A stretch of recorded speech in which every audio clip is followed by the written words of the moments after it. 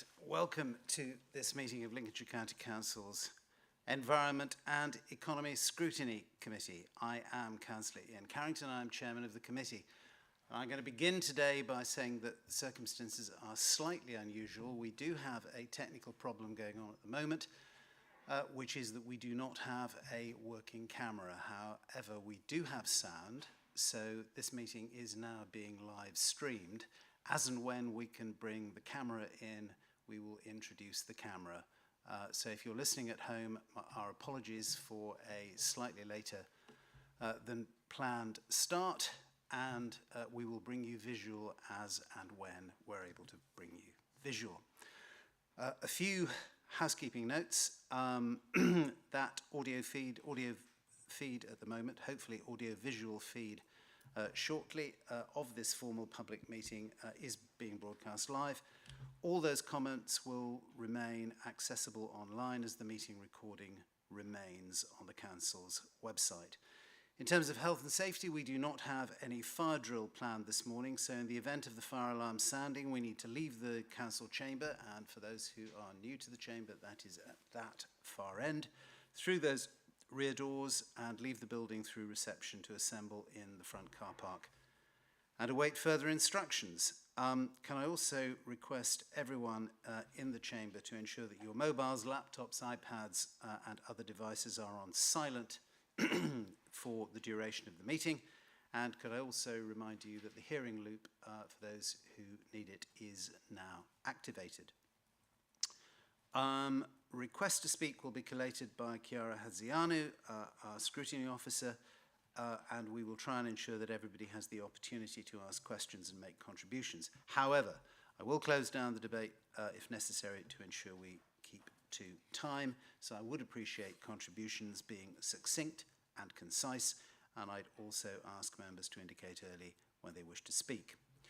That concludes the housekeeping, so we can now move to the formal agenda, and I begin by asking Jess Wassey-Yates, who is our Democratic Services Officer, for any apologies for absence and replacement members. Jess. Thank you, Chairman. We've received apologies from Councillor Callum Cook and Councillor Griggs. Thank you. Thank you very much. As colleagues of the Chamber will know, Councillor Griggs is the Vice Chairman. He's unable to join us today. We are able to proceed without a Vice Chairman. Do members wish to elect a Vice Chairman? If not, we can proceed, and Chiara will join me and collate requests to speak. I'm not seeing any moves to appoint a Vice Chairman, so we will continue as we are, and I invite Chiara Hazianu to join me at the front, and she will take speakers' names. Moving to item 2 of the agenda, declaration of members' interest. This is an opportunity for members to declare any pecuniary or other interests. Do any members wish to declare an interest? I'm looking around the chamber. I would just say that in relation to item 5, the Minerals and Waste Local Plan, I have received correspondence on this subject, which I have passed on and made officers aware of. I've also received a number of telephone calls from one particular individual. I have not actually answered numerous calls. I do not believe that it is appropriate for the chairman of this committee to have private conversations. Scrutiny is something which should happen in full public, not in private conversations. I mean no discourtesy to the particular caller, but I did not think it was appropriate to enter into private conversations without officers or indeed public scrutiny being present. I'm not seeing anybody else wishing to declare any interest. Councillor Spratt. I would suggest, Chairman, that quite a few of us have had emails in relation to that item as well, but I'd just like that fact noted for myself, but I've not corresponded back with those people. Thank you very much, and we will take that kind of as read for everybody. I can see other members nodding around the room. Sometimes those emails have been sent to a mass address, but sometimes they appear to go to one individual, and it's very hard to tell whether they've gone to any other individuals as well. However, I think they've all been picked up by our officers. So we now move on to item 3, which is minutes of the meeting held on the 28th of May 2024. Now, this item is to approve and sign the minutes of the last meeting as a correct record, and you will find those on pages 5 to 16 of the agenda pack. And I'm not going to go through them in detail, but before we move to vote on them, does anybody have any comments on those minutes?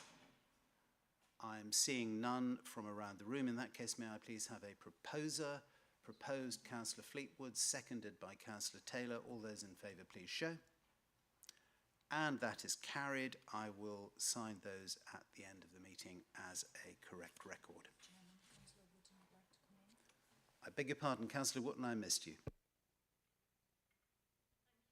Chairman, I need to abstain on the minutes because I wasn't available for that meeting. That's understood, and we will record that.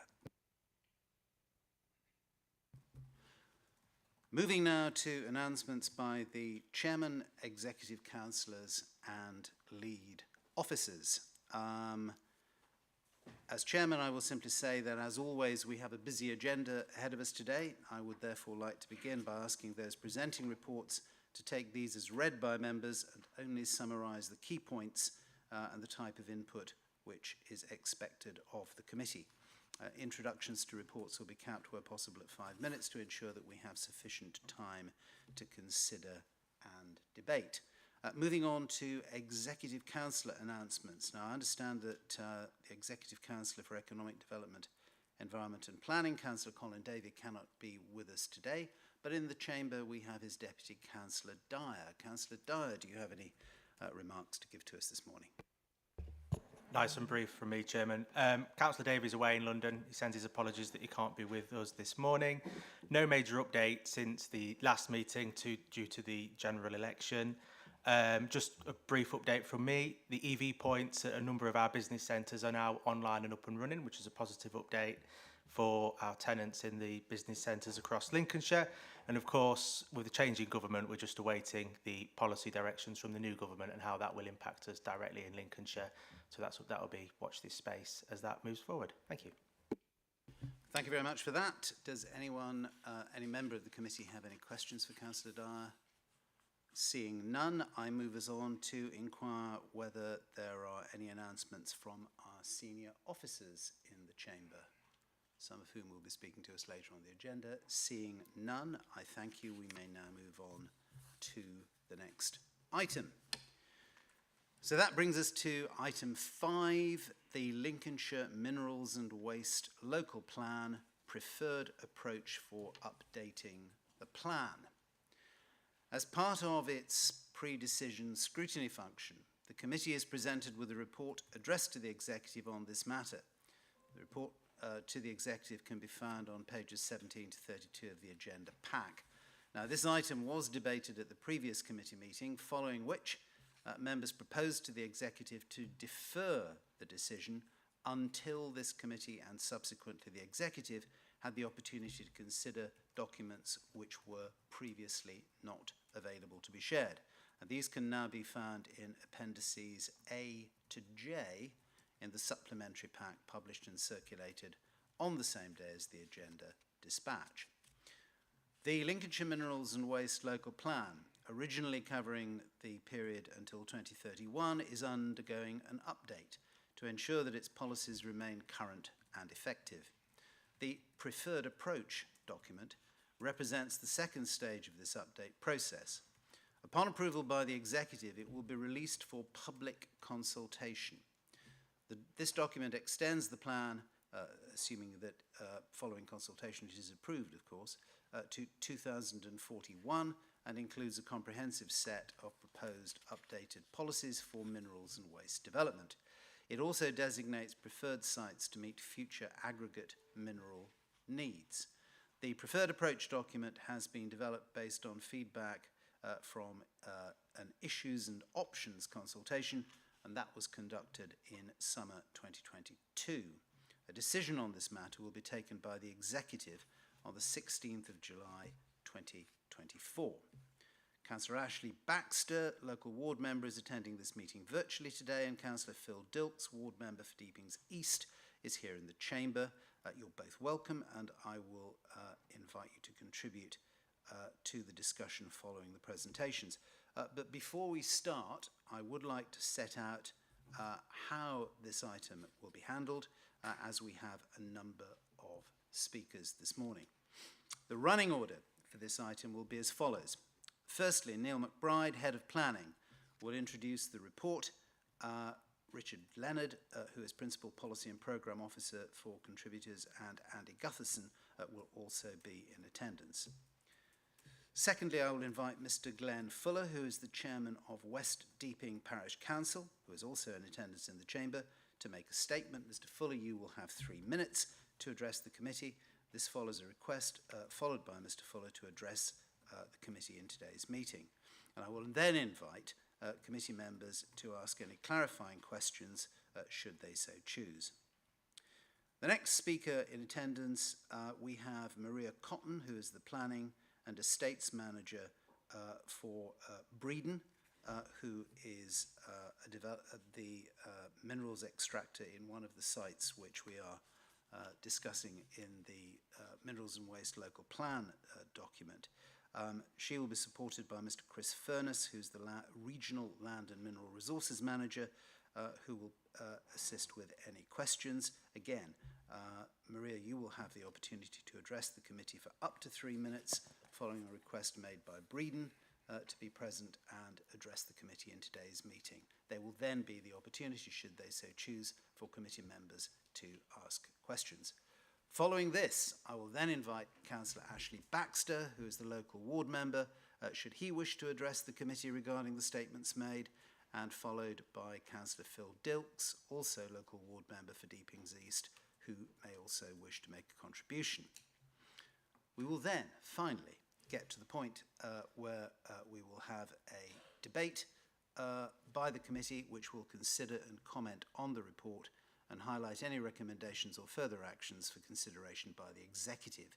Neil and other officers will be able to answer questions from committee meetings as part of that wider debate. However, there will be no further involvement from members of the public during that part of the item. So I turn, before we get underway, to the actions that are before us today, and I would particularly like to remind members that our task in hand is to hear the evidence and agree on whether we have sufficient material to enable us to suggest to the executive that they approve the preferred approach which leads to the initiation of public consultation. What we are not doing this morning is determining a planning application, nor are we determining whether any particular allocation within the Minerals and Waste Local Plan is or is not appropriate. That is not the function of this committee. We are simply looking at whether the material before us is appropriate to go forward to public consultation, at which point, of course, the public can express their views on it in a formal context. I would also just gently remind some members who are dual-hatted in that they are members of the Planning and Regulation Committee, and I think that is 3 of us in the chamber this morning, including myself, you are absolutely free to say whatever you choose to say, but be a little bit cautious in the way you express yourself, because obviously those members of the Planning Committee would not wish to predetermine themselves against any future planning application which may come up. Before I go on to formally state the actions before us, I wonder whether I could just turn to our Head of Legal, Lisa Tremble, and Lisa, ask you just to confirm from a legal point of view the role of the committee this morning. Thank you, Chair. I feel like I might just be repeating what you've just said, but as the Chair said, the role of scrutiny is to not be a decision maker in these matters. You're here to endorse, make comments, constructive criticism, if you will. So your role here today is to scrutinise the documents in front of you, as you did on the previous occasion, and we can see from that that you requested more information, So it's about scrutinising the documents and the evidence and ensuring that you're satisfied that when the executive comes to make their decision to publish the documents for consultation, that there is sufficient for the public to make adequate representations and all the information will be provided to them. Thank you, Chair. Thank you very much, Lisa. The actions before us this morning are as follows. 1, consider the report presented and to determine whether we support the recommendation to the executive as these are set out on page 19 of the report. And 2, agree any additional comments to be passed to the executive in relation So to RTB is this going to settle. item. I'm hearing a voice from I do not know where.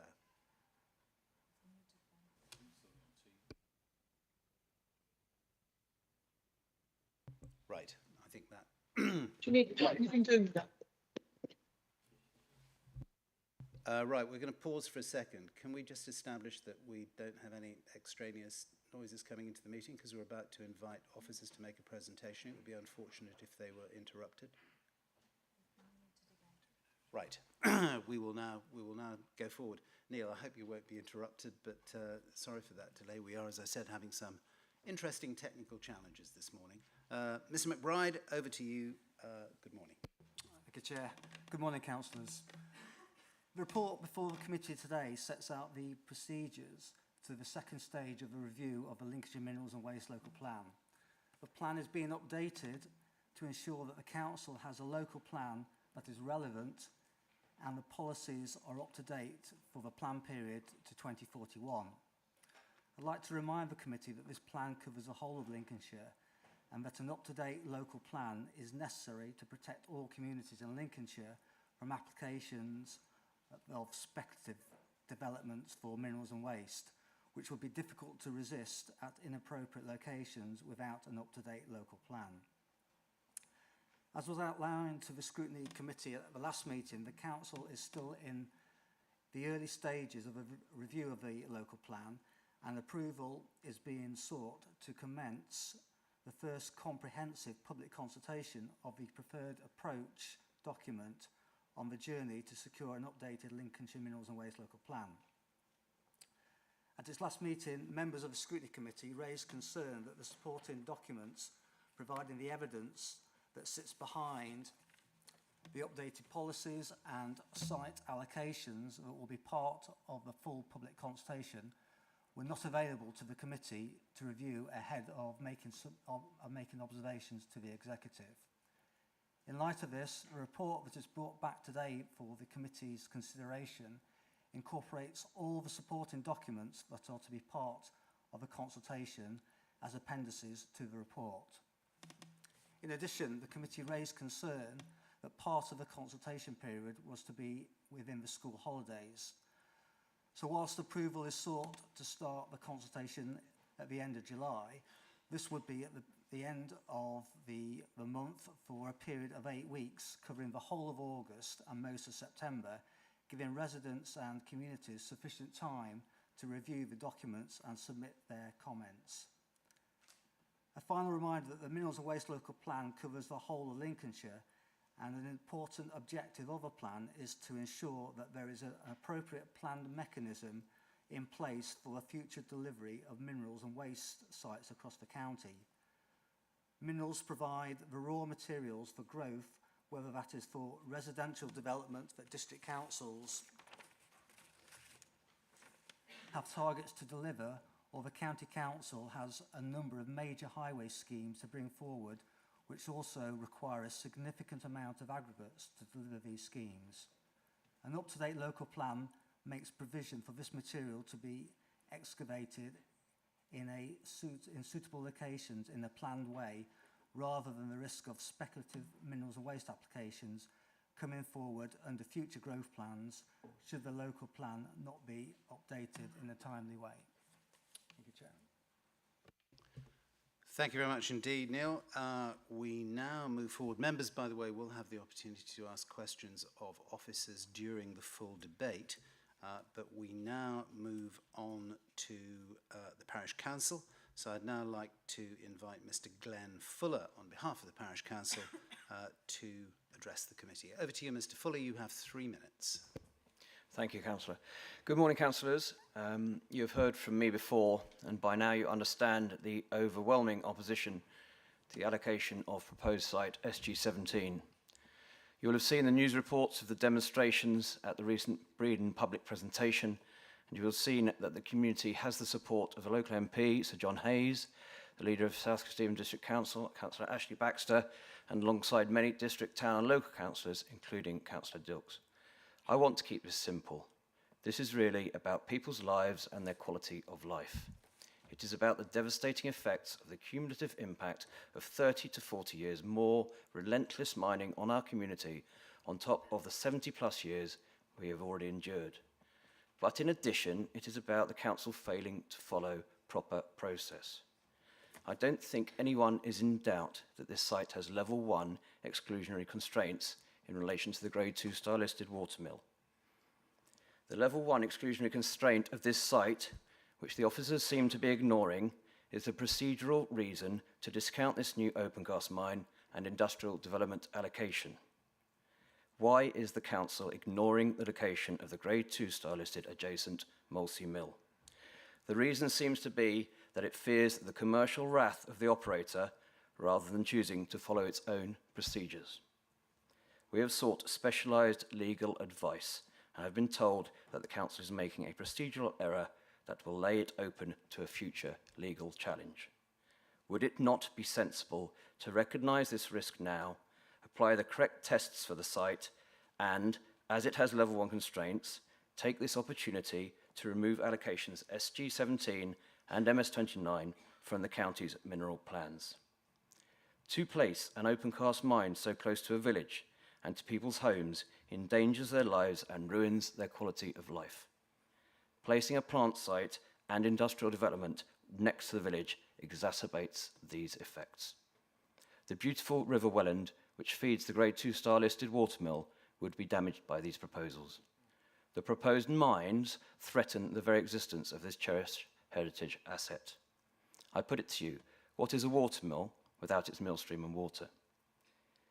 Please let me leave you with 5 questions which I implore you to get answers to. Have officers correctly and accurately considered the impact and the cumulative impact of this enormous new open cast mine and industrial development on the residents of West Deeping's health and quality of life? Number 2, have officers properly and correctly assessed the multitude of constraints of the proposed sites in West Deeping?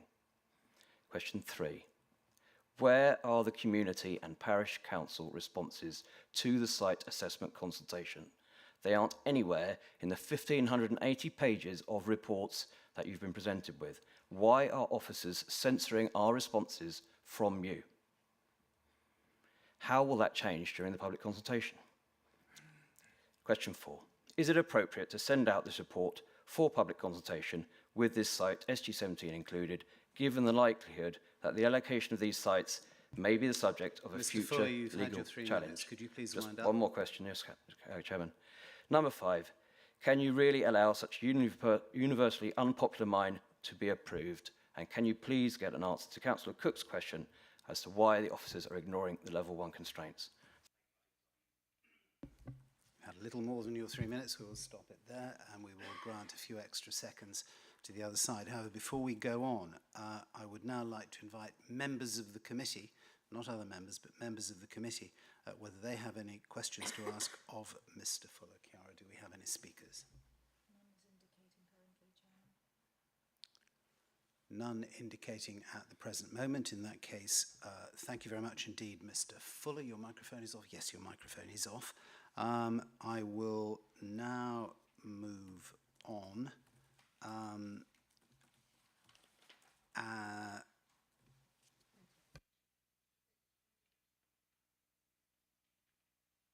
Okay.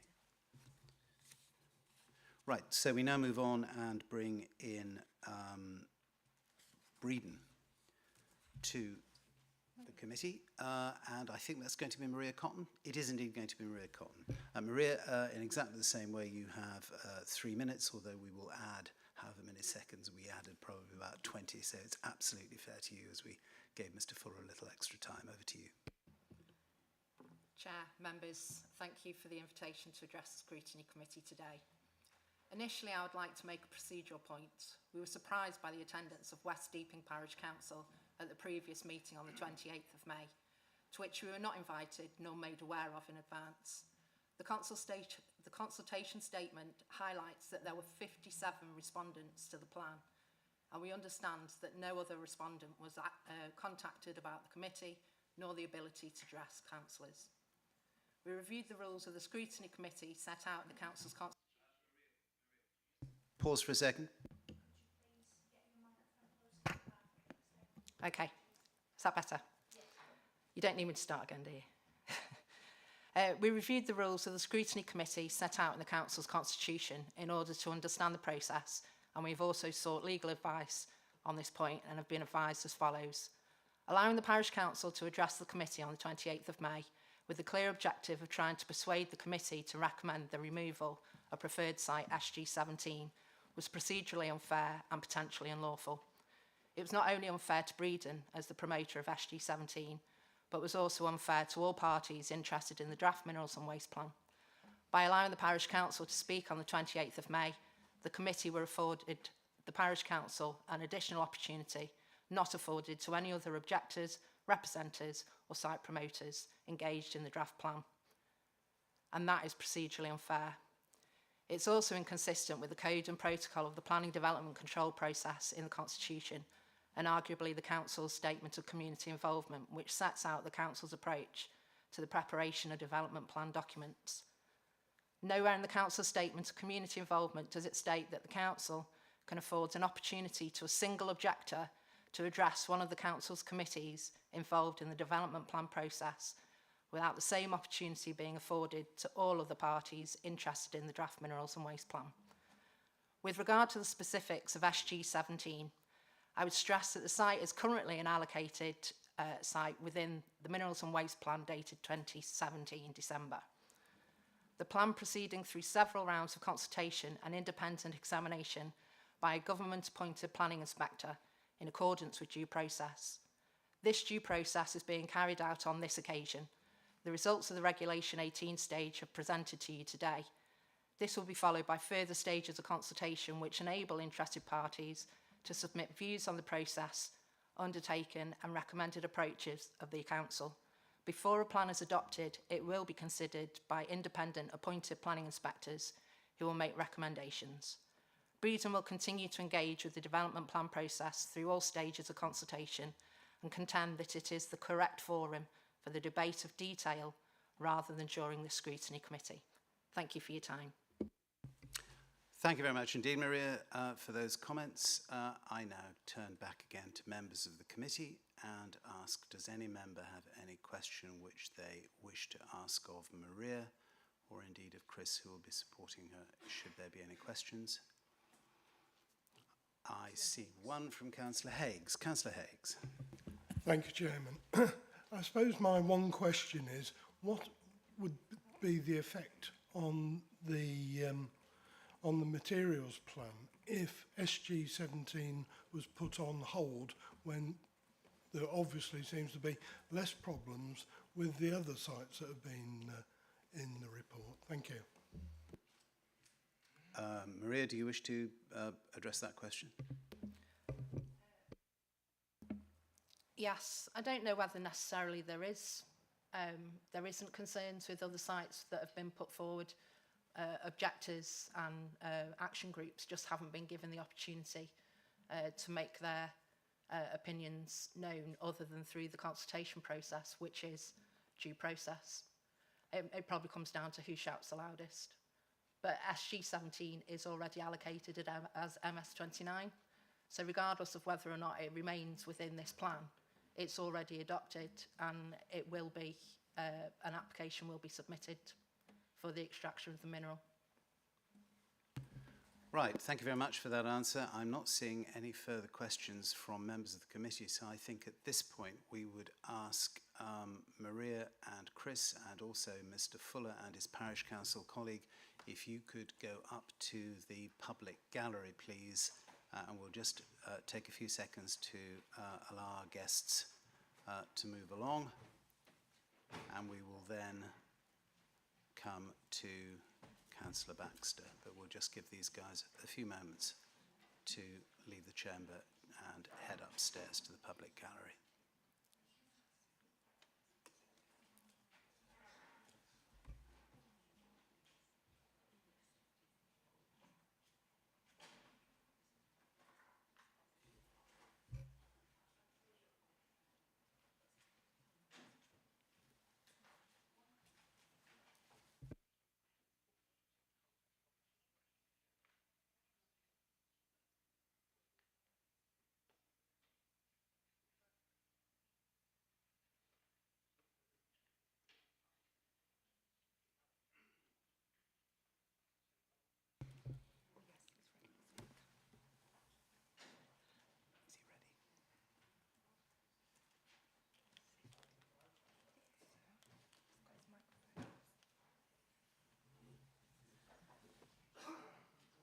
So we think he's ready? Yes, all right. Right, thank you very much. Next in order to speak is Councillor Baxter, who is the local member for Deepings West and Rural. And we very much hope that Councillor Baxter is with us online through our technical issues this morning. Councillor Baxter, are you there? Hello, are you receiving me? Receiving you loud and clear. Thank you very much. It's the one bit of technology that's worked so far this morning, Councillor Baxter, is your very good self. Right, Councillor Baxter, pleased that you've been able to join the meeting, and it is now your turn to have 3 minutes to contribute on the topic. Councillor Baxter, over to you. Smashing, thank you. Thank you very much, Chair, and I apologise for not being there in person. I'm attending an event about prostate cancer with South Stevenage District Council today. You all realise that this is a very emotive issue, not only in the Deepings, but beyond. And there is some consternation about the censoring of emails and the way the situation has been handled. And I think that's a conversation for a different chamber or a different day in the same chamber. But really, the irony of multi-million-pound Breeden, who have obviously been speaking to the committee, to the officers for months, if not years, the irony of Breeden complaining about a parish council being allowed to speak to a public meeting, which is a public meeting, and we want to encourage the public to engage with us. The irony is ridiculous. It's like Goliath complaining about David having a sling. Nevertheless, the comments that have been made via email and by Mr. Fuller and by many members of the parish council over the years and more recently amount to they don't want an open cast mine behind their houses. The whole area is surrounded already by mineral extraction. The whole of the north of Stamford Road has already been extracted, but there are good planning reasons to reject SK17 at this point. At this point, SG17 is, you can see from the comments from Historic England that SG17 is an unsuitable site. I think that West Deeping is making the loudest noise of villages because it comes so far up to people's houses, not just up to the mill, but also to the back of people's houses.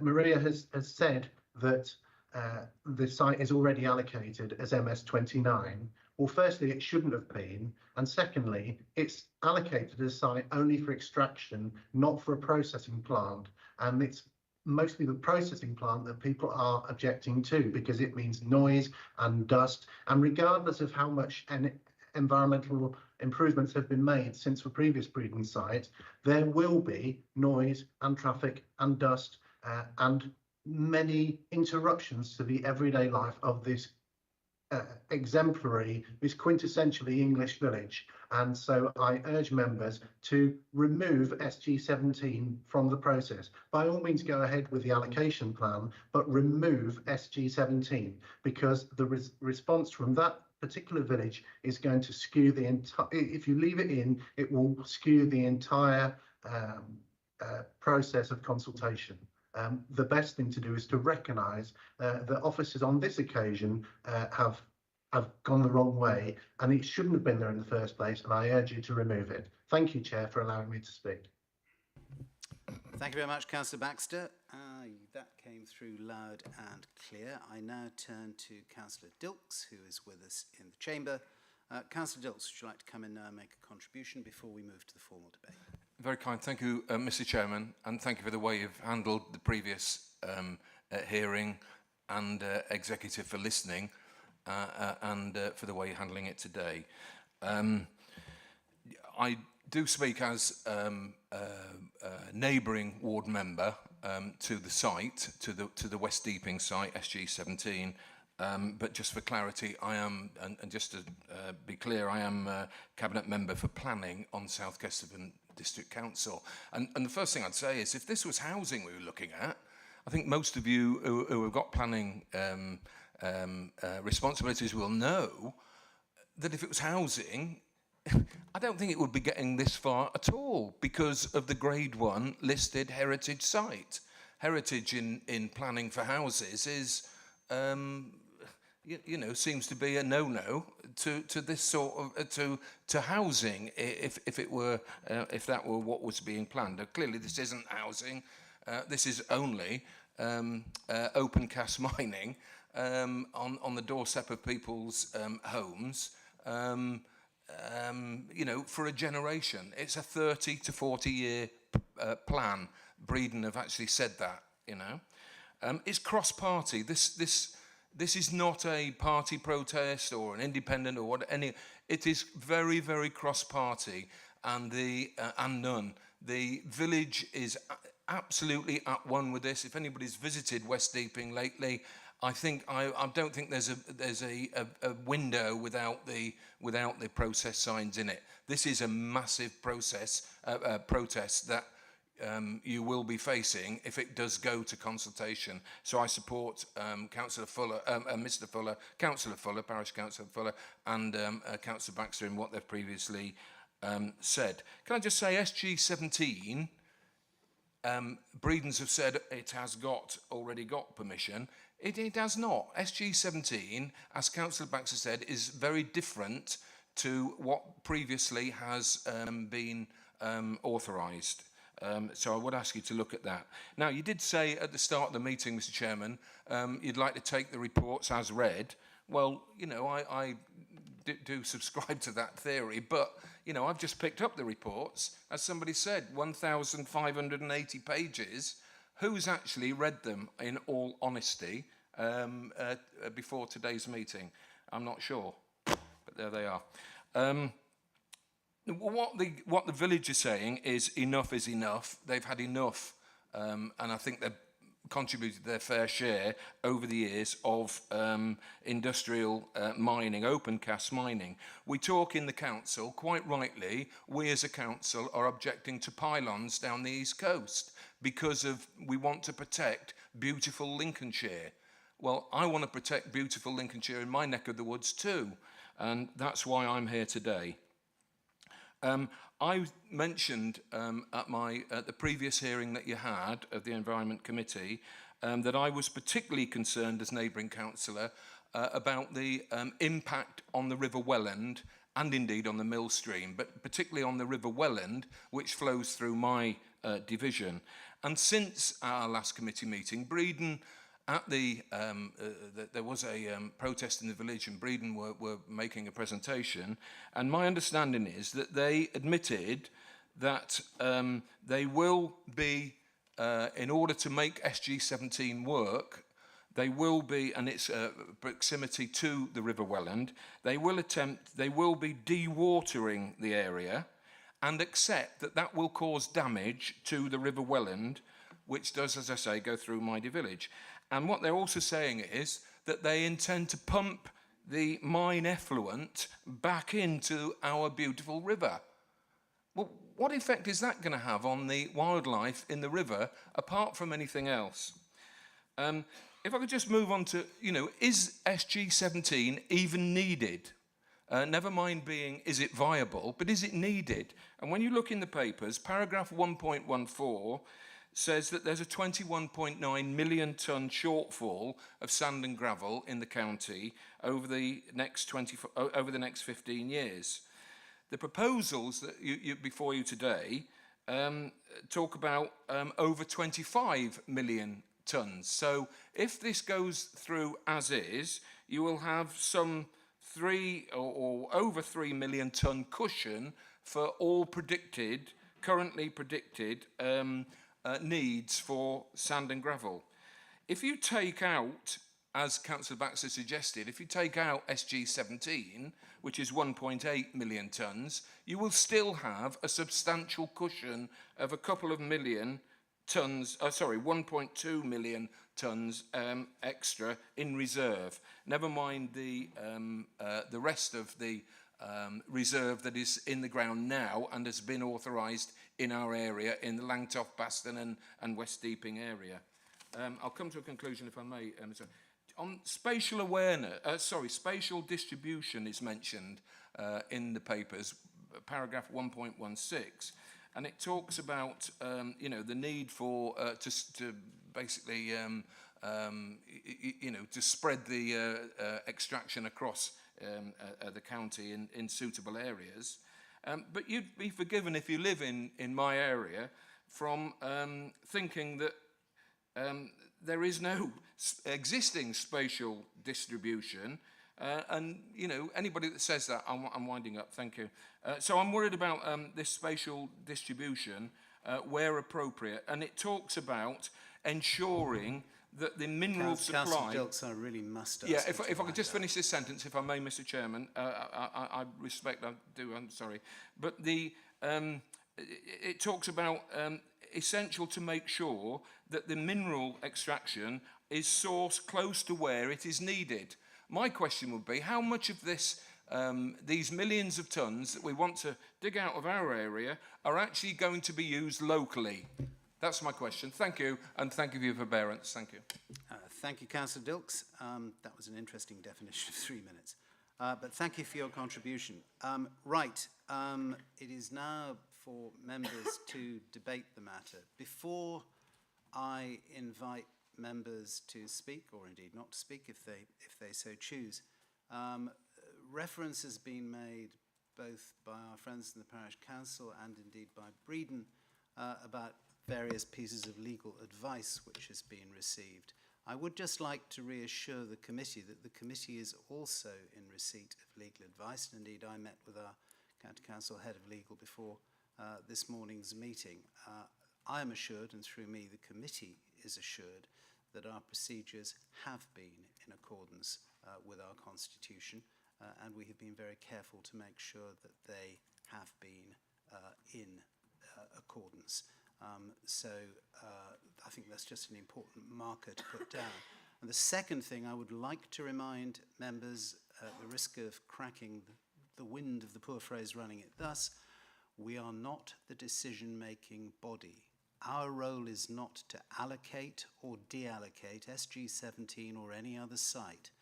Our role is quite simply to say whether or not public consultation is recommended as the route which the Executive Board will decide on. Now, I appreciate, members, that an awful lot of public views have already been expressed, and we all, I'm sure, respect those on all sides of the argument. Nevertheless, there is, in preparing a local plan, as we heard last time, and it's worth repeating now, a process defined in the rules that has to be gone through, and public consultation is that next stage. That is all we are discussing this morning. It is not within the gift of this committee to allocate or deallocate any site, whether it's SG17 or anything else. Right, I'm going to turn to Chiara. Do we have any people applying to speak? And it's Councillor Spratt to start us off. Ashley, I beg your pardon, Hilton.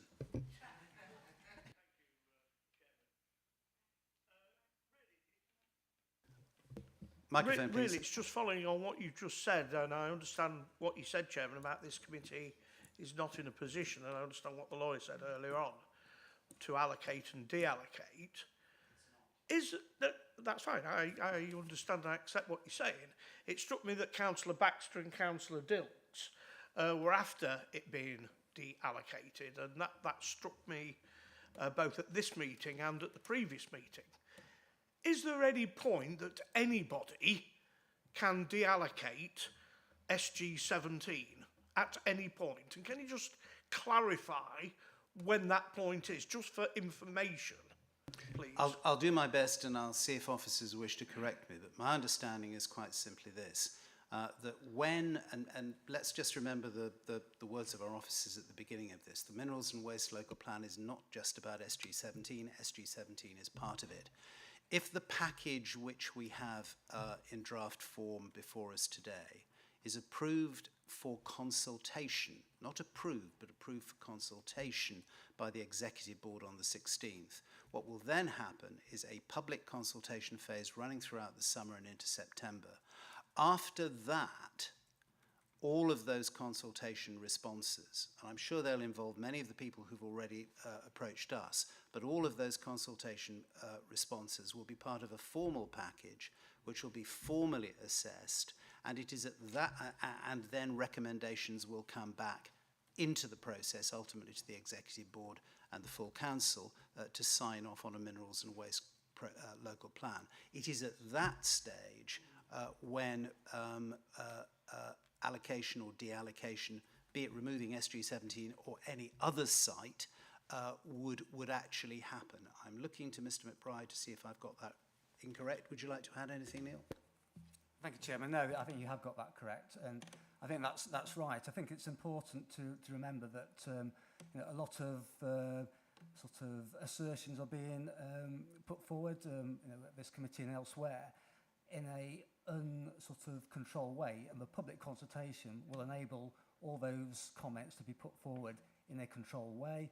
We will then, following the end of the consultation, review the comments that have come in and assess whether our sort of assumptions that we've made at this stage are correct or not. And if they're not, then that's an opportunity for us to reset, have a look, and then, as you say, we will bring a pre-submission document through the process again, and at that time, you know, that's when you know, those issues can be looked at. And at this stage, all we're doing is looking at starting the consultation process to get that information, to have that further analysis, which will sort of provide the background to the next stage.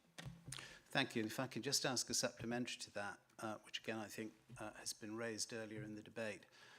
Those consultation responses, if the Executive Board approves matters and it goes forward to formal consultation, those consultation responses, be it from the public or be it from parish councils or professional bodies, whoever might contribute on either side of the argument, those would be part of a public package available to people to study, I take it, and those would be the things on which a recommendation back to the Executive Board would be made.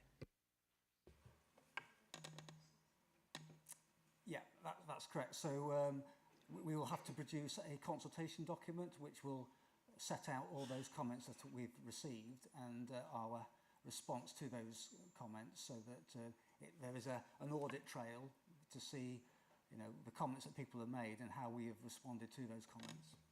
Thank you very much for that. Before I move on, does that answer your question, Councillor Spratt? Yes. Thank you very much. In that case, I turn to Councillor Fleetwood. Thank you, Chairman. We've heard a case made for SG17 this morning by various people. Lincolnshire is a big place, and whilst I accept there has been a volume of extraction in this vicinity, there's also been extractions across the rest of Lincolnshire too, typically the Trent Valley and other areas. We're talking about sand and gravel here, but if you look at limestone extraction, etc., that also affects different parts of the county. People have already alluded to the fact that we are not the decision makers. But what I believe and what you've said already is that legally everybody has been given the opportunity to make their representations. So therefore I feel that the report as it stands should go forward to the executive, and the executive should be able to make a decision even-handedly across Lincolnshire. Whilst it's accepted sand and gravel exists in this vicinity, there's also sand and gravel, as I say, down at, I don't know, Witham St Hughes. I can give you 1,001 places in Lincolnshire where sand and gravel can be extracted. And equally, if each of those individual people would come forward with their comments, they too would possibly be making similar sorts of noises. However, we do have a need for extraction of minerals in Lincolnshire, we do provide an awful lot of the UK with sand and gravel. A lot of it's exported across to other parts of the UK. So, you know, I believe that we should leave the executive to get on and make their decision. Thank you very much. Can I just confirm that that is a formal proposal? Thank you very much. We'll take that as proposed. Next, I think, is Councillor Taylor. Councillor Taylor, over to you. Thank you, Mr. Chairman. We're here discussing the quality of life for residents of West Deeping. Very important subject. We've heard some passionate comments from Councillor Dilks and Councillor Baxter speaking up for the residents, and we've heard about the consultation. We do need to listen to those views of the residents of West Deeping and the wider community. This does need to be a meaningful consultation. We hear regarding SG17, if residents make those comments and concerns, that must be listened to. I was very concerned about the comments from Councillor Dilks regarding the potential damage to the River Welland. That clearly would affect more people than West Deeping itself, so a wider concern that needs to be taken into account. We do need to stand up and speak for residents. We know there's other applications across Lincolnshire that we need to also be aware of, because it's our duty that Lincolnshire is not a dumping ground and West Deeping should not be a dumping ground. So please make this a meaningful consultation and also support this going towards the executive to take on board those comments. Thank you. Thank you, Councillor Taylor. So can we take it that you are seconding Councillor Fleetwood's proposal? So that is second. Thank you very much indeed. We now move to Councillor Higgs. Councillor Higgs. Thank you, Chairman. Can I pick up one of the points that Councillor Baxter came up with, that the SG17 is an expanded site from the original proposal, because the original proposal didn't include the processing plant? That's my first question. And the second one is, Witham St Hughes is in the extraction list with a site for materials waste. Thank you. Could I turn to Mr McBride or indeed Mr Leonard to pick those points up? In terms of SG17, the proposal that has been put forward differs from that that's within the existing local plan, in that this proposal does include a processing plant and a new highway access to provide access into the site. So those are the differences from the existing allocation. Thank you very much. Are you happy with those answers, Councillor Higgs? Yep. In that case, we move to Councillor Murray. Thank you, Chair. Just to clarify, for this to happen, does it have to go to planning committee? At this stage, what we're not talking about is a planning application. Now, my understanding is that in another part of the forest, a planning application has been or is about to be submitted, but this is not what we're talking about today. We're talking purely about the local plan. So in the formation of the local plan, we have a scrutiny role. The executive board has a decision-making role, but I believe I'm right in saying that the full council also has a role in signing off the local plan. So that is the route forward. It would be consultation, executive board with oversight by us, come back to executive oversight by ourselves, and a final version as and when it finally appears, that would go to full council for approval, but it's not a matter for the planning committee. So when will the residents get a chance to lobby the county council? Sorry, I missed that. Could you say again? When will the residents get a chance to lobby the county council? At what point? The residents will have their chance should the executive board resolve that this matter can go to public consultation. The residents will get their chance then. Now, they've already had it in a sense, because they've been making their views known to us. The parish council have been involved, and I don't think Breedon is in any doubt of what they're saying. But the next stage, that formal consultation stage, that is enshrined in law, and that is the key place where all the views that have been expressed or could be expressed need to be expressed, then they go formally into the record. So it would be, if this goes ahead, it would be in the course of this summer and running into autumn when the residents would have that chance. Mr. Gutherson, I think you'd like to come in. Thank you, Chairman. If I can just try and clarify Councillor Murray's questions there. We have currently an adopted minerals and waste local plan. Within that mineral and waste local plan, it is appropriate and legitimate if a promoter, developer wants to bring forward a planning application in relation to sites that are already allocated for that to happen. And then the Planning and Regulation Committee would consider any application that came forward on that basis. That application would be subject to normal consultation. And you've heard reference this morning to a public meeting held by Breedon recently, of which there was quite a lot of public interest. That, I believe, is part and parcel of Breedon's processes, which they are legitimately allowed to do, of exploring bringing forward an application based on the current minerals and waste local plan. That process, if it's followed, will be subject to the normal consultation and the normal decision-making processes in the Planning and Regulation Committee. At the same time, which perhaps confuses matters, we're also reviewing the current minerals and waste local plan. As emphasised already by Councillor Carrington, the ask of this committee today and of the executive next week is to determine if it's appropriate to go out to formal consultation. If that formal consultation takes place, that creates an 8-week period for all parties, the public, developers, other interested bodies, to provide further information to clarify whether the proposals in that plan, in its entirety, and as Councillor Fleetwood has emphasised, this is one site that is preoccupying people, the same issues will be relevant to other communities in and around Lincolnshire. And those communities may have similar views and wish to make those representations as well. What we're seeking is to go out in that due process. That process will then enable a further report to come back from officers, which Scrutiny will get to see, which Executive will get to see, to determine if the plan then goes forward to its next stage, either in its current form or with changes, either in terms of the policies and or the allocations. All of the issues, to be fair to the residents that have been raised in respect of the impact, they are legitimate planning issues. The matter for the council is to determine and consider those at the appropriate point in the process. The appropriate point in the process is when we have the full representations from all parties, so we can actually understand objectively the pros, the cons, the ifs, the buts, maybes, etc., and come to an informed judgment.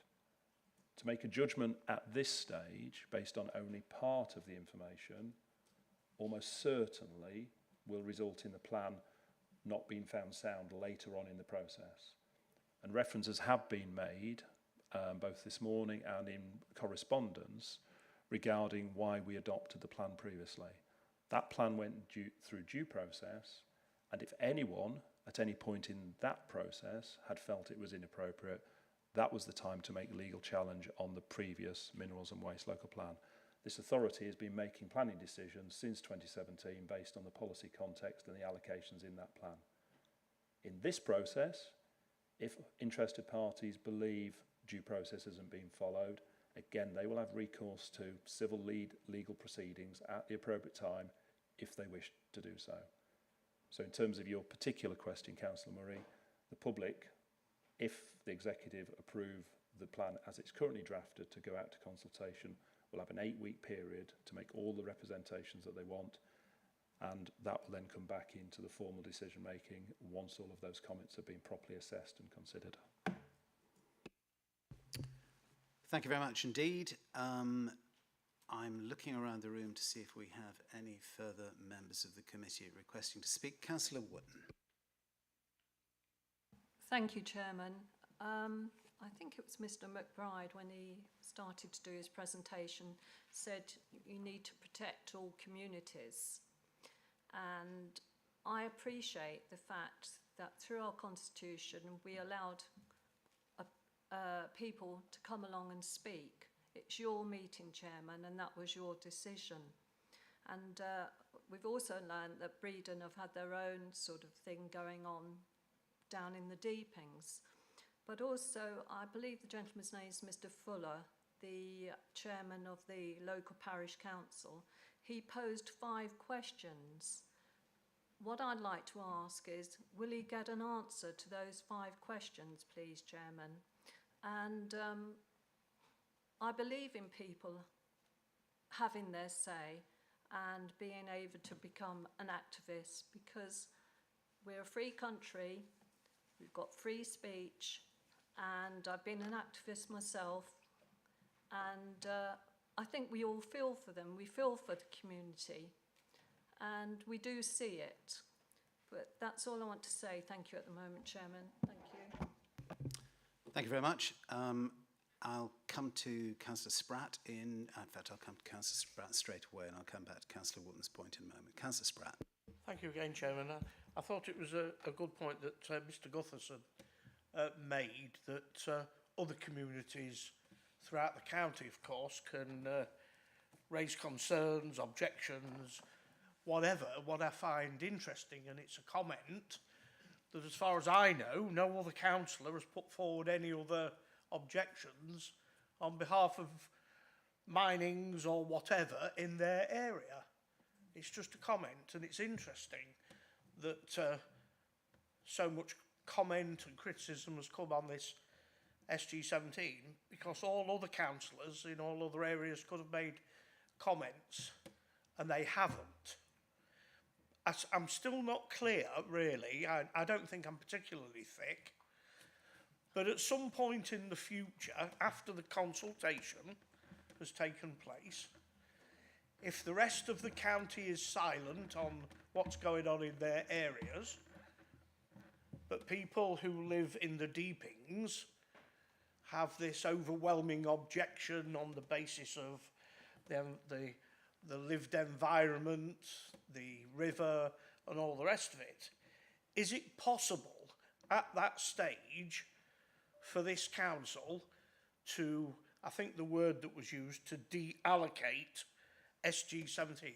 I need a clear answer in my own mind whether that is possible after all the consultations, after all the to-ins and fro-ins. I want a very clear answer before I vote on this today, Chairman, and I accept what you said about its consultation, and the likelihood is I will vote for it for what Councillor Fleet has said, but I really need a very clear answer on this.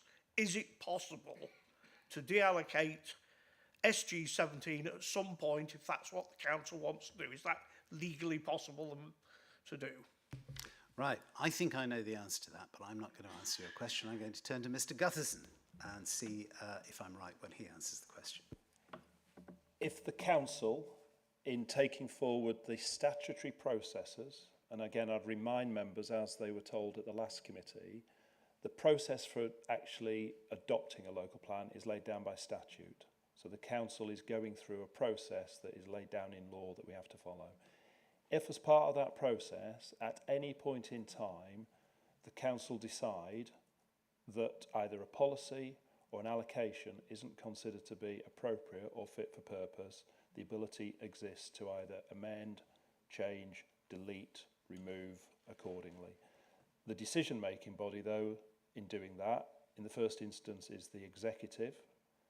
And ultimately, as Councillor Carrington's indicated, there are potentially 2 points in the process where this will be debated by council in its entirety as well.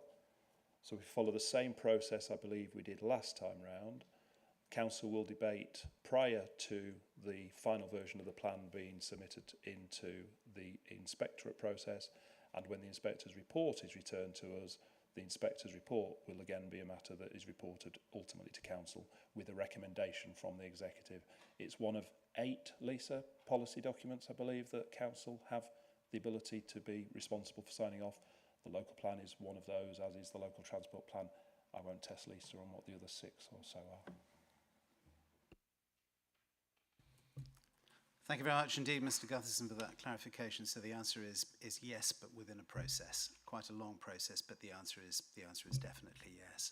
I'm looking around the room to see if I have any further members who wish to contribute. And the answer to that is no. So I will try and sum up where we are and just remind the meeting of a set of words. I think the first thing to say is, going back to Councillor Wootton's point about 5 questions being put, it is not for this committee to answer those questions. It is for this committee to encourage as many questions as possible to be asked, and for them to be asked again in the public consultation phase if the Executive Board approves that, so that those questions can be fully addressed. We aren't the answering body, but they are all important questions. And I think what we have tried to do in the course of our process here is open ourselves up to people from all sides of the argument. Nobody's been invited. People have applied to speak, and they have been granted that opportunity, which I think is only fair, in a very open and public way, that they should have that opportunity. They will now have it, subject to the Executive Board's approval and your vote this morning, in a formal public way. I think the message which we would send to, I'll come to Mr. Gutherson in just a second, I think the message which we would send, which hopefully will be captured this morning to the Executive Board, is that the issues which have been raised on the floor of this chamber and by others who have written into us, issues concerning the river, for example, concerning heritage assets, issues concerning the residential amenities of residents and the impact on communities of the ongoing minerals operation, are extremely important issues. Of course, those issues apply at all sites where minerals are being extracted, but nevertheless they are very important issues, and we would stress that to the Executive Board. Now, the wording before us, we have a proposal that we take this forward, and that's been seconded. Can I just formally double check with Councillors Fleetwood and Taylor that the following wording is acceptable to them, which is that we move that the Board supports the recommendation to the Executive as detailed on page 17 of the report, and that our comments, as have been captured by our scrutiny officer, be shared with the Executive. That's acceptable to you both. Before moving on to the vote, Mr. Gutherson, do you have a final comment you wish to make? Yeah, just in the context of those 5 questions that were raised, I will commit to make sure that those questions are answered in the supporting information that goes forward to the Executive in the context of they were raised for scrutiny, and those answers to those questions will be available to the Executive. That's very reassuring, and thank you very much indeed for that. Thank you everyone for your contributions. We have it proposed, we've had it seconded, so I now move to the vote. All those in favour, please show.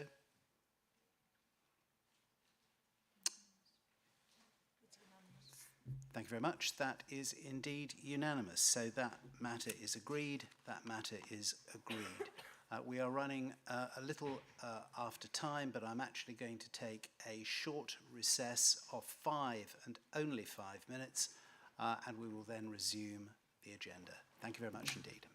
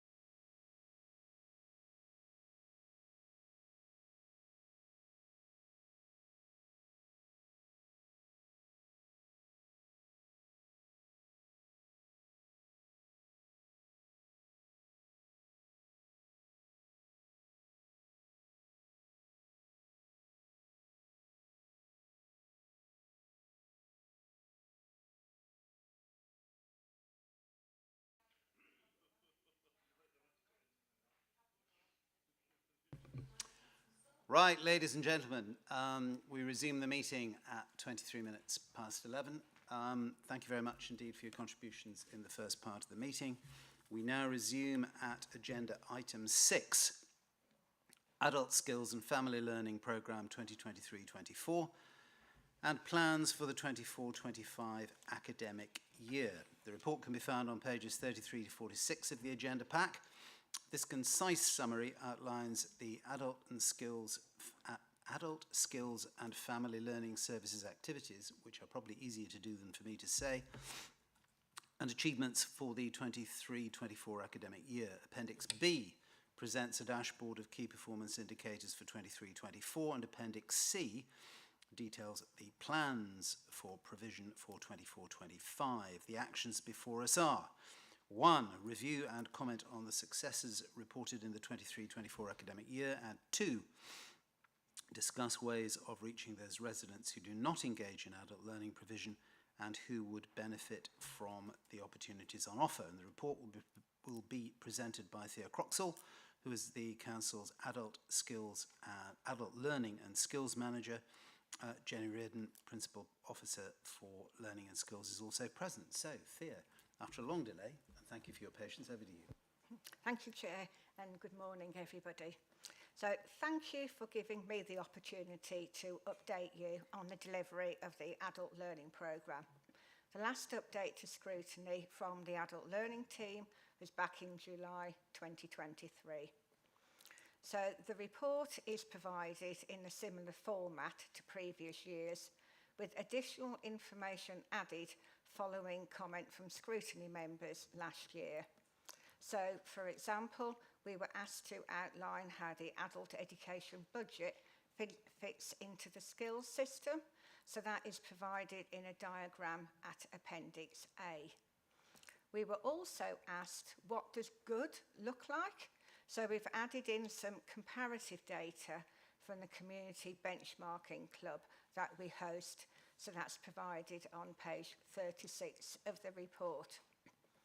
You will note from the key data provided in section 1.3, as well as the dashboard provided at Appendix A, that we are meeting or exceeding the majority of our targets.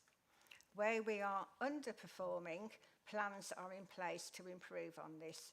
So, for example, under-delivery against recruitment targets in West Lindsey. In section 1.4, I have highlighted a number of activities that we are particularly proud of in the current academic year. Of particular note is the strong partnership working with our subcontracted providers and Job Centre Plus that enables us to recruit high numbers of unemployed learners and help move them into a positive destination.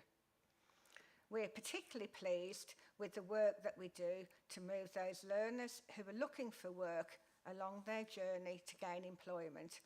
So we've provided examples in the report at section 1.4.3 of how we've supported the construction and security sectors, as well as the food sector and the care sector, including the National Health Service.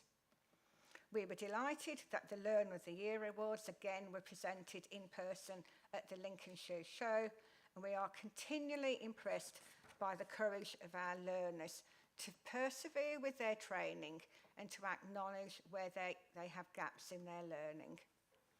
So finally, included with the paper is a dashboard outlining our programme planning for the 24-25 academic year. That starts on the 1st of August. And included in the dashboard is a list of some of our courses that will give you a flavour of what is planned. As outlined in the paper, our programme is intended to fill the gaps that are not able to be met by other funded provision. So, for example, we know that there is already a variety of adult learning training opportunities in South Kesteven, provided by Grantham and Stamford colleges, and others on employers' premises via other funding. This allows the council to prioritise other geographical areas. So thank you for taking the time to read the adult learning paper, and for listening to me this morning. Thank you very much indeed, Thea. So, members, do we have anybody who wishes to make a comment? I'll tell you what, I'll start. I beg your pardon? Oh, I beg your pardon, Councillor Austin, I missed you there, please.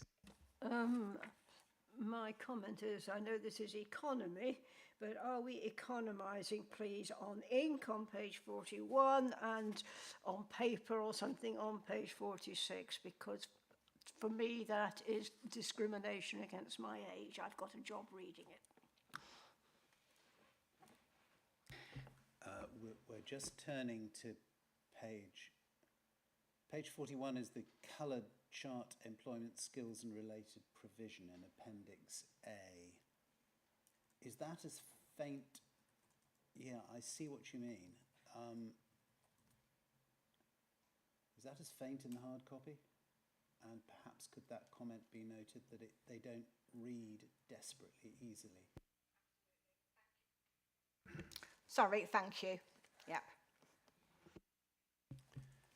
I wonder if I could ask a question which sort of follows on in a sense from Councillor Austin. We talked about economising, and that's about funding. Given the substantial funding received from the ESFA, including, I believe, more than 1.6 million for community learning, how is the budget allocated and managed to ensure maximum benefit and efficiency? And are there any areas where funding could be optimised or redirected to do better to meet our strategic priorities? Our governance arrangements are provided by our learning board, who provide the strategic direction of the service, and they also provide our targets in terms of number of target learners, for example. Councillor Rowe sits on our learning board along with Councillor Bradwell. We share the learning board with other parts of the County Council who are jointly subject to an Ofsted inspection, so young people's learning provision and the apprenticeship provision, trying to give you an idea of the breadth of it.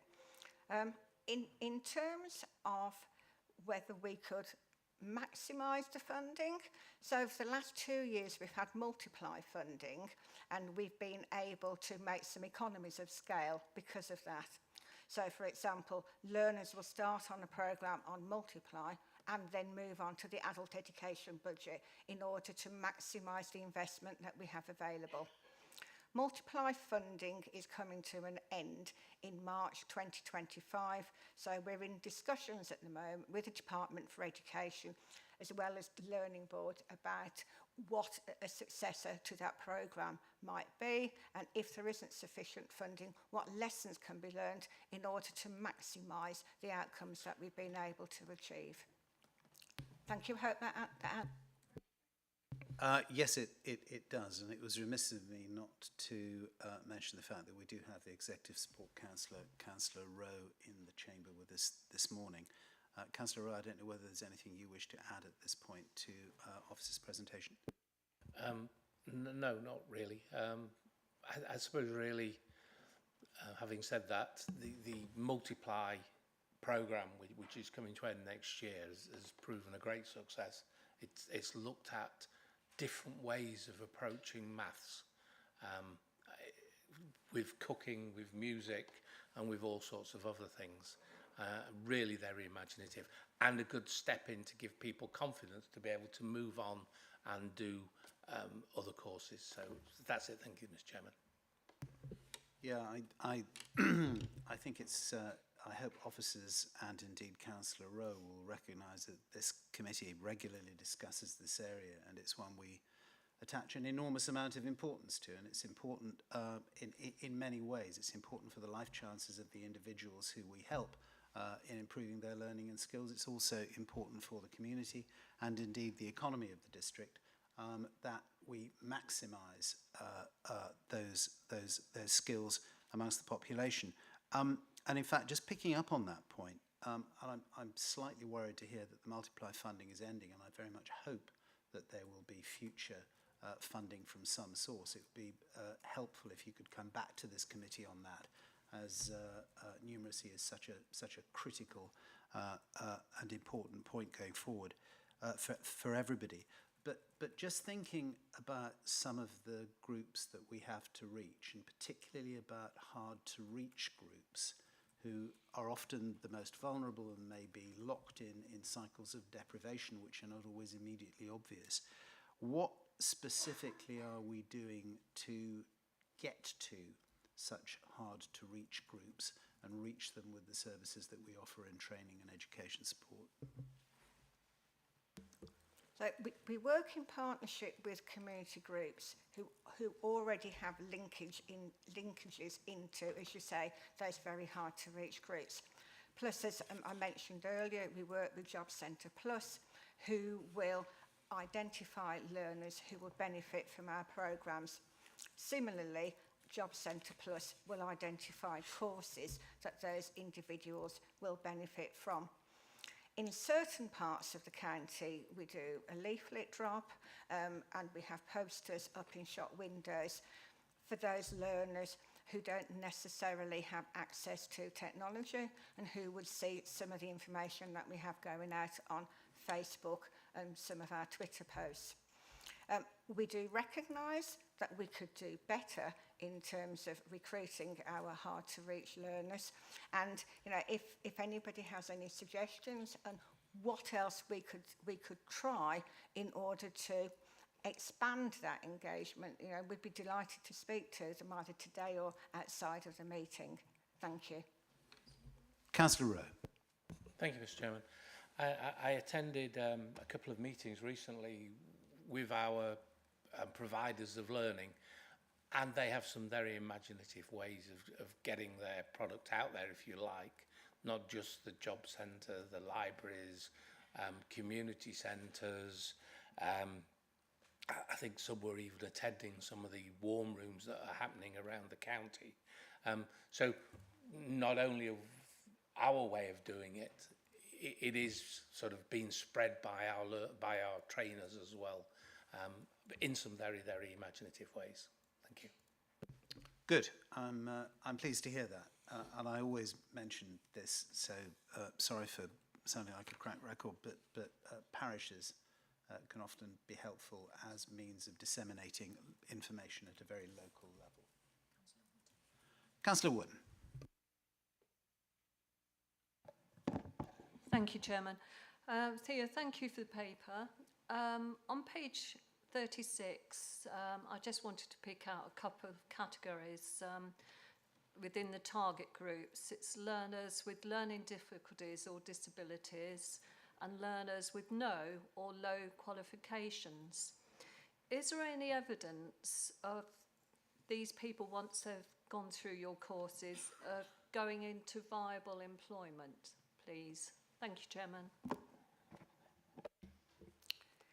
Thank you. So we do some tracking at the end of our courses to see where learners have gone to as a result of that investment.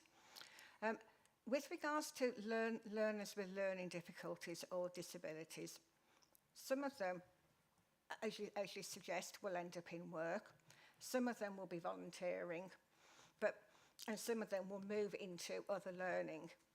With regards to learners with no/low qualifications, so that's qualifications under level 2, our aspiration is to move them on to other qualifications and other funded courses so that they can improve their skills, obviously with the ultimate aim of getting into work. So yes, we do track learners and we do have some data to support the comments that I'm making. Thank you. Thank you very much. I'm looking around the room to see if there are any further contributions from members, and seeing none, in that case, I thank everyone for questions and comments. That concludes discussion on this item, and I hope that our officers will note that the importance which this committee attaches to the work that the team is doing, and we look forward to seeing you the next time you come and report to us. So, in terms of a proposal, I move that the committee endorse the report and associated appendices, and I ask that our satisfaction be recorded on the performance achieved in the previous year.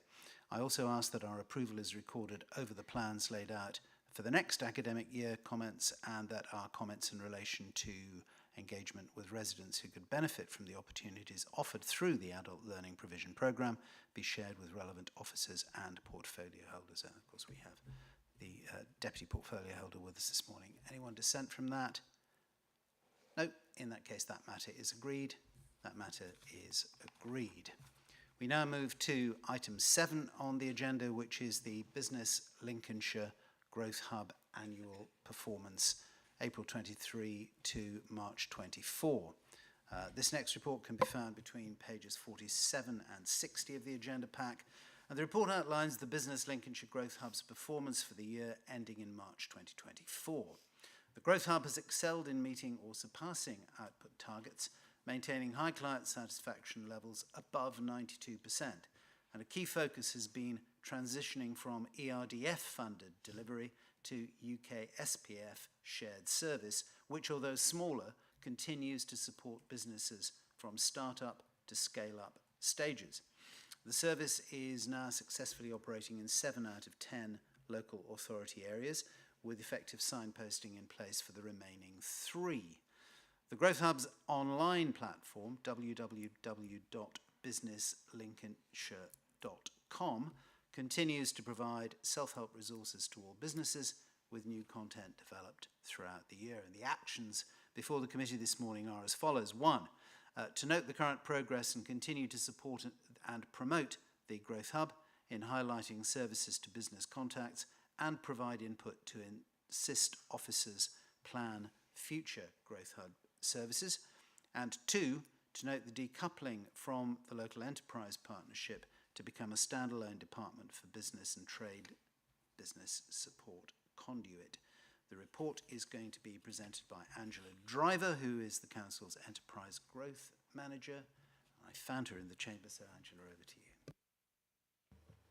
Morning, everybody, and thank you very much for the opportunity to come and speak to you this morning. It's a year since I provided the last update, and some members will remember there was some concerns in July last year about the switchover between the ERDF funding and the UK SPF funding.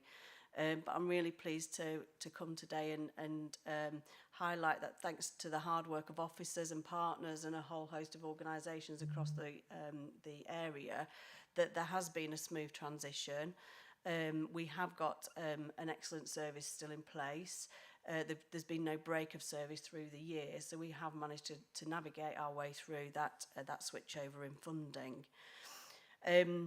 Also noted in the report is the switch of funding from DBT, which used to be delivered to Growth Hubs via the LEP network, but during last year there was a review of the LEP network, and the funding now comes direct through for the Growth Hub to the County Council rather than via the LEP.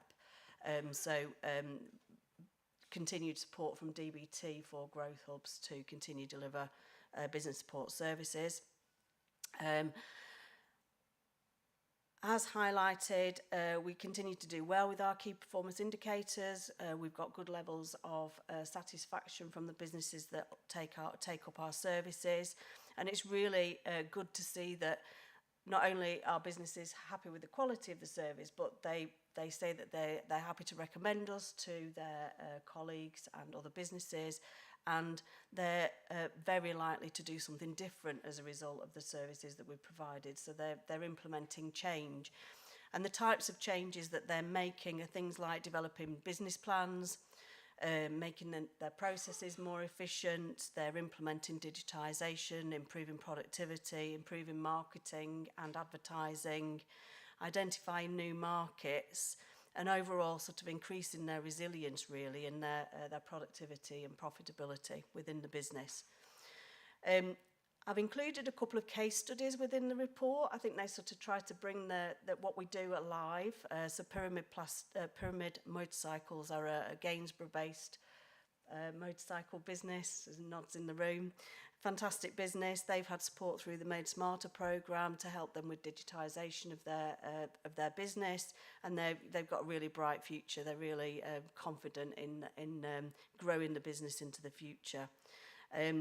And the other thing that's highlighted in the report is that the programme that they've had support from, the Made Smarter programme, we've had information to suggest that we haven't had confirmation yet, the letter in writing, but the programme will be extended through to 2029, and that's a fantastic programme for our region and to help our manufacturing businesses to increase their digitisation and productivity. The other case study there is Oink. They're another great Lincoln business, family business, creating artisan pork scratchings. They've had tremendous success nationally here in the UK, but they've also now extended their reach to the expat community across the world through our international trade support. So great to see that. Another kind of key element of our provision is signposting. It's not just us that are providing business support, there's a whole host of other organisations out there. The local authorities have obviously got their UK SPF programmes, and they're delivering a huge plethora of different schemes across the county, and part of our role is to understand that landscape and clarify the landscape for the businesses so that they get access to the right support for them. So that's an important role that we play.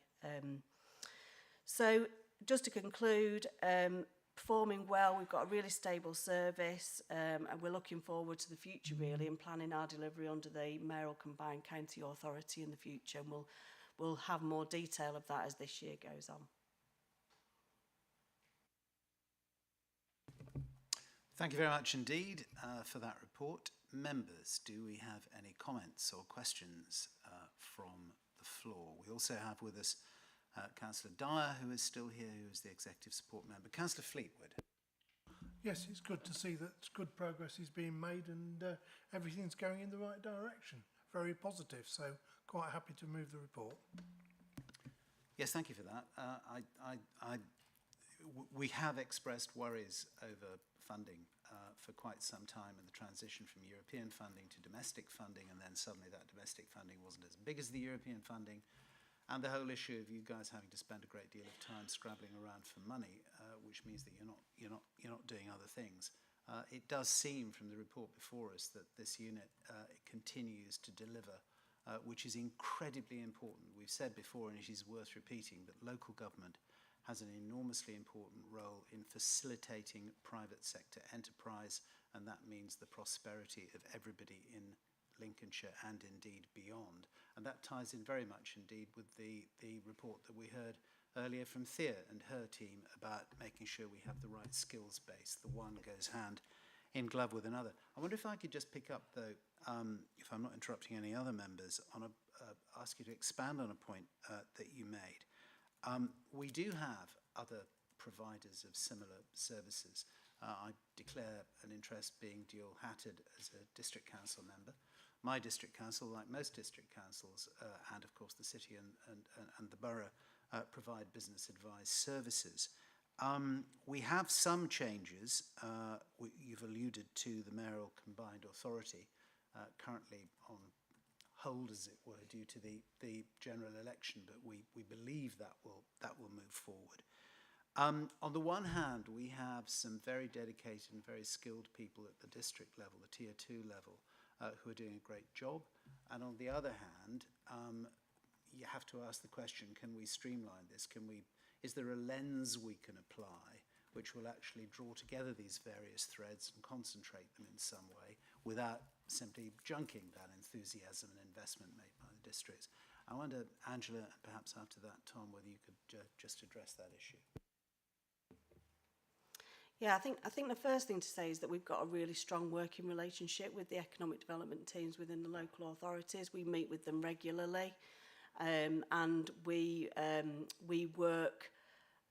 We try to work together to make sure that we don't have kind of duplicated services or gaps in services, and future planning will need to ensure that we continue to have those close conversations with local authorities. In terms of devolved funding, we don't understand the detail of that, and as you say, we're a little bit on hold with that at the moment. But we very much want to continue to work in partnership with the economic development teams within the local authorities. They do have that local knowledge, and it's important that we are aware of that, and we have opportunities to work together. And we have had successful models in the past where local authorities have developed their own schemes locally, and we've signposted as Business Lincolnshire into those schemes, and we've had a really good way of kind of working together. And from the outside looking in, it looks like a seamless service, but it's just funded in different ways. So we've got good experience of doing that, and I think we just need to continue along that vein. Excellent. That's very good. That's very good to know. I'm looking around the chamber to see if any other member wishes to comment on this matter.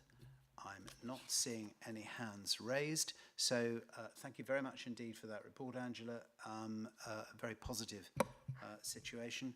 I'm going to suggest a proposal, which is that I move the report be received and that the committee's satisfaction be recorded over the ongoing efforts of Business Lincolnshire to support the Growth Hub and Business to Thrive, and 2, that we note the decoupling from the LEP, and 3, that I ask our comments and suggestions and recommendations are shared with relevant officers and portfolio holders. Does any member of the committee dissent?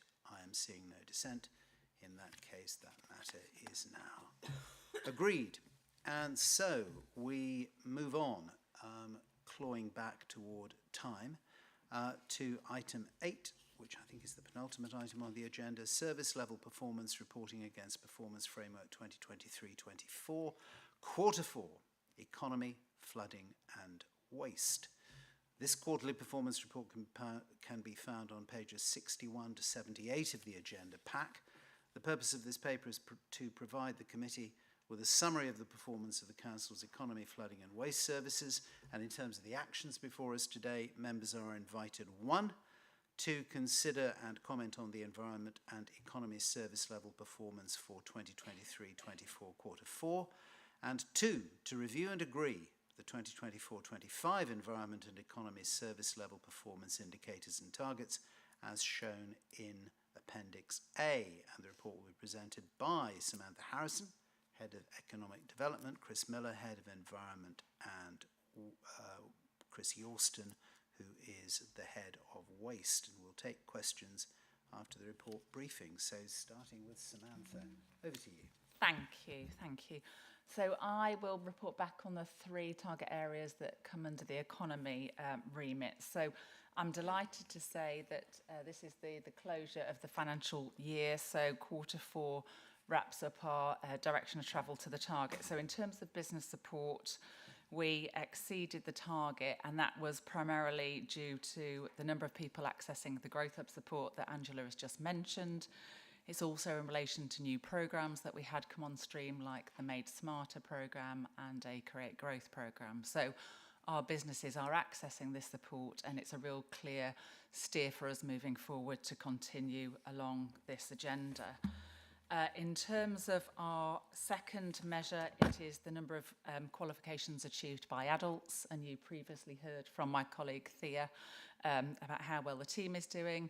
So we have been consistent in providing a range of support, and what is pleasing to see is the number of people that are taking numerous qualification programmes so that they are coming out multi-skilled moving forward, ready for the job environment, which is overall the direction of travel that we are after. And the final target that we have is the level of external funded attracted to Lincolnshire. So this is the funding that we directly bid for over and above the council allocation. So we've received substantial funding from the Department for Business and Trade, and this has been primarily for business support through the Growth Hub, through our International Trade Service, where we account manage foreign-owned businesses that locate to Lincolnshire. And then we've also got funding that has come directly through the Local Enterprise Partnership and through the Made Smarter government initiative as well. So it was a challenging target with a reduction of the RDF funding, and I'm pleased to see that we've made the target overall. So a good year for economy. Thank you. Thank you very much. I'll tell you what, we'll take questions all together at the end. So if we go to Chris, do you want to give us your report, please?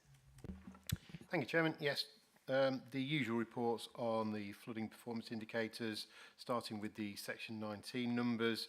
At the back end of Q4, we had ended up with a total of 295 Section 19 reports being required on the back of storms Babette and Storm Henk. We've committed to resolving those by the end of August in terms of receiving the reports back from the 3 sets of consultants that we've engaged with, aside from those which may be of a more complex nature, but that will be in the minority. So yeah, we hope to see that number drastically decrease now in terms of the number of outstanding ones. Any of the Section 19 reports that were prior to Storm Babette are now pretty much finished, so we shouldn't have any residual legacy Section 19s from before last year's storms. We did receive a few additional Section 19s outside of Q4, so this is looking forward into the future now, out of the back of Storm Babette and Henk, but before we'd submitted those packages to the consultants. Again, we've managed to get those picked up, so there shouldn't be too much of a lag on having those back to us as well in the autumn. Moving on to the properties protected from flooding, as you can see, there was 117 properties protected, mainly out of the alleviation works at Cherry Willingham, Fosdyke, Long Bennington and Quadring.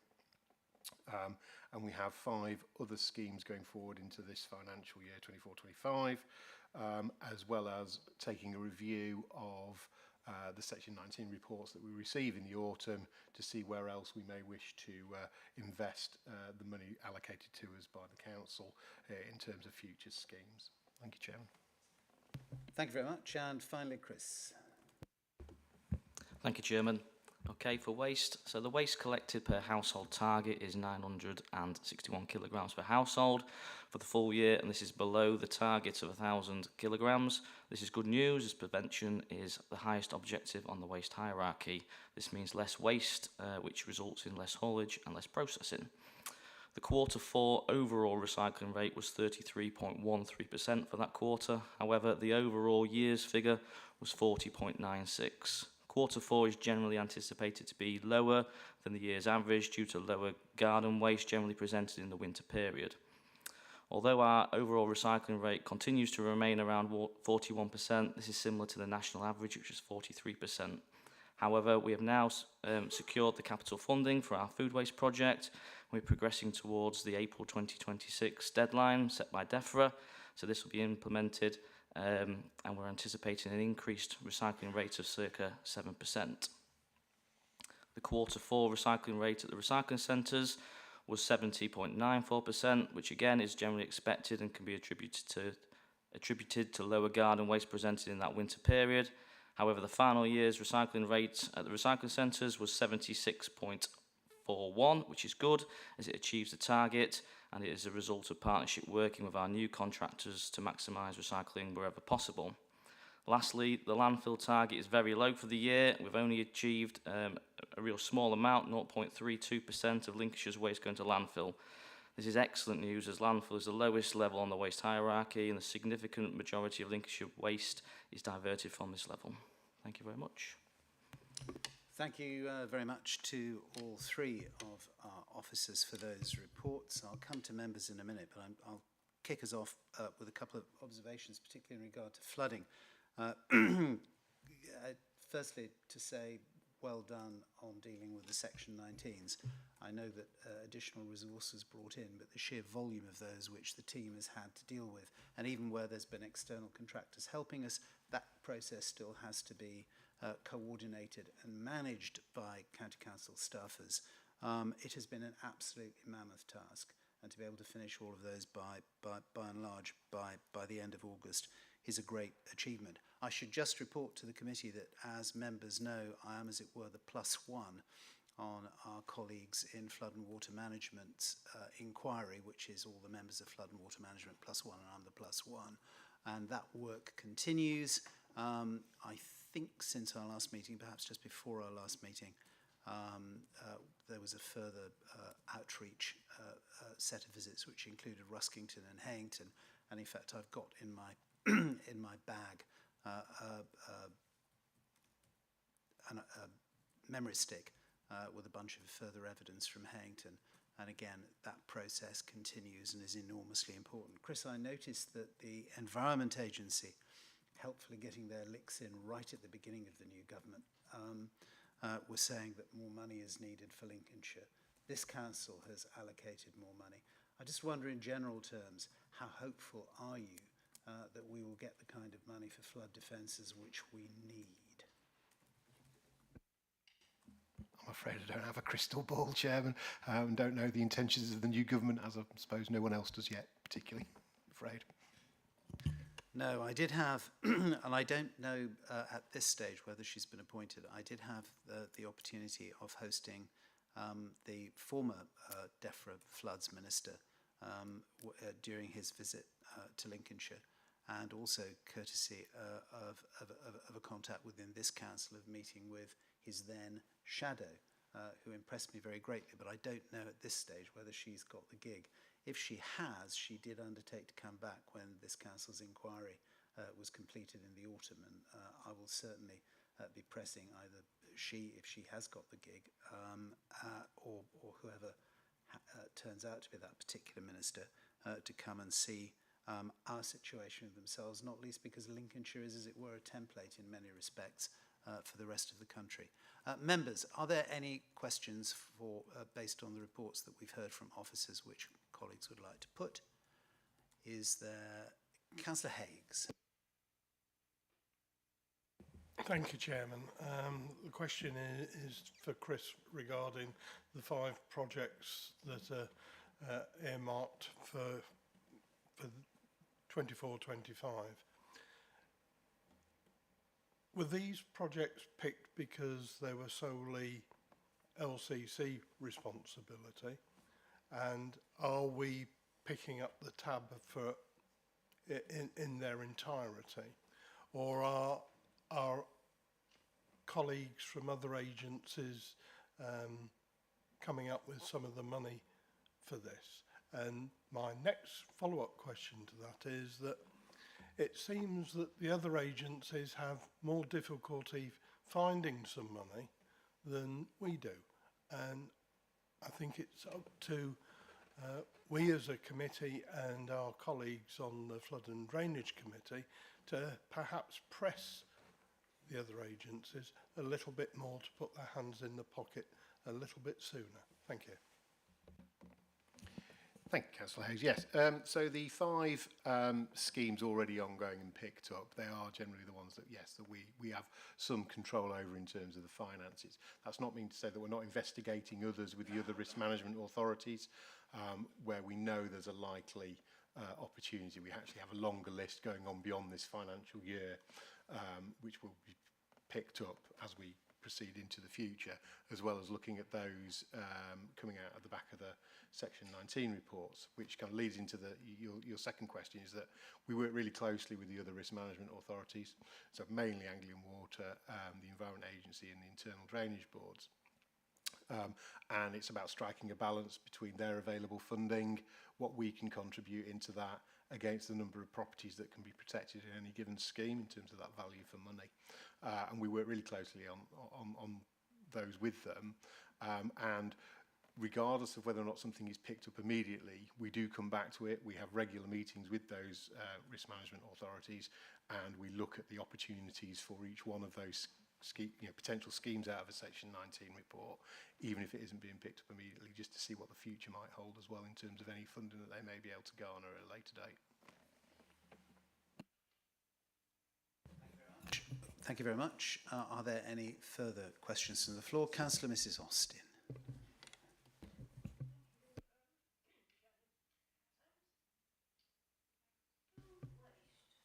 Alison, your microphone, please. Oh, sorry. Food waste. Do you want to have more food waste? Is my first question. Do you want to have more, come into the stream? It worries me, because if there is a lot of food waste, then why are people buying the stuff in the first place? it's just something that, you know, really, really worries me. So what are we aiming to have with food waste, please? Are we wanting to recycle it? Because, you know, I just feel it's the principle. Thank you, Councillor. Yes, there is a lot of food waste already in our residual mix, which is currently incinerated at the Energy for Waste facility. So our studies have shown that we've got about 35,000 tonnes of food waste already in the mix. We've had a workshop with RAP, who are a national body and experts on waste, and they've advised about how the take-up would be, and there is generally evidence that when you implement a food waste collection service, that it will spike initially and it will then reduce and plateau. However, the likelihood is that there will always be some food waste generated. And the study that we've done so far from our data, and it's also been backed up by the data that RAP have shown us, is that we're going to have roughly 30,000 tonnes consistently each year.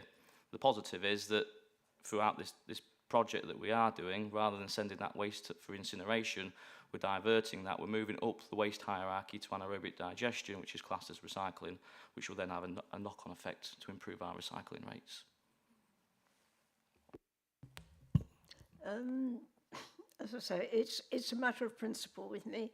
And for instance, a particular supermarket that does buy one, get one free, you know, it's all leading to unnecessary purchasing of food. All right, we want to sell it, but why sell it and then people don't need it? Perhaps they don't need to eat so much sometimes. I think we would all agree that the old saying, waste not, want not, is particularly relevant in this. Can I ask a follow-up, however, to Councillor Austin's question? I was fascinated and impressed by our visit recently to the Energy from Waste plant in North Hycombe, and delighted to see in the latest report that we are still on around 1/3 of 1% of household rubbish going actually into landfill, which is an incredibly low figure, and it's the household waste, I beg your pardon, it's the Energy from Waste plant which enables us to deliver that.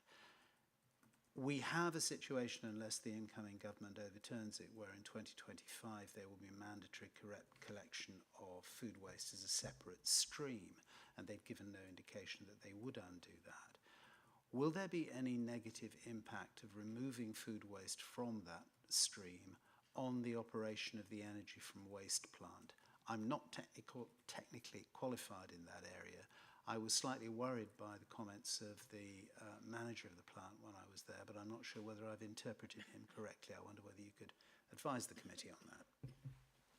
Thank you, Chairman. Yeah, we've had a look with our technical consultant. There's a firing diagram of the range the facility needs to operate in, and with the removal of food waste, it remains within the parameters of the design capacity for that facility.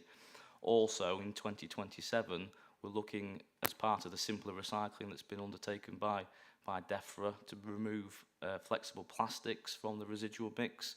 That will also change the position on the firing diagram to bring it back almost to the current position that it will be at currently. So at this stage we envisage that there's not an issue with that plant's capacity and its capabilities. And presumably those flexible plastics, the target there would be paralysation to turn them into something useful rather than a complete and utter nuisance and fire risk. Yeah, the aim is to take them out of the residual mix and move them into our recycling mix, but it's a new thing for us, a new process, and we're exploring that with our existing and other contractors at the minute. Excellent. Thank you very much. I'm looking around the room to see if there are any further questions from the floor. Councillor Dyer, do you have anything you wish to add? That's a no from Councillor Dyer. So, the proposal, if there are no further comments from members, is that I move that the committee endorses the report, or indeed reports, and that our satisfaction be recorded on the detail and of measures employed to discharge the duties and requirements for each of these council services.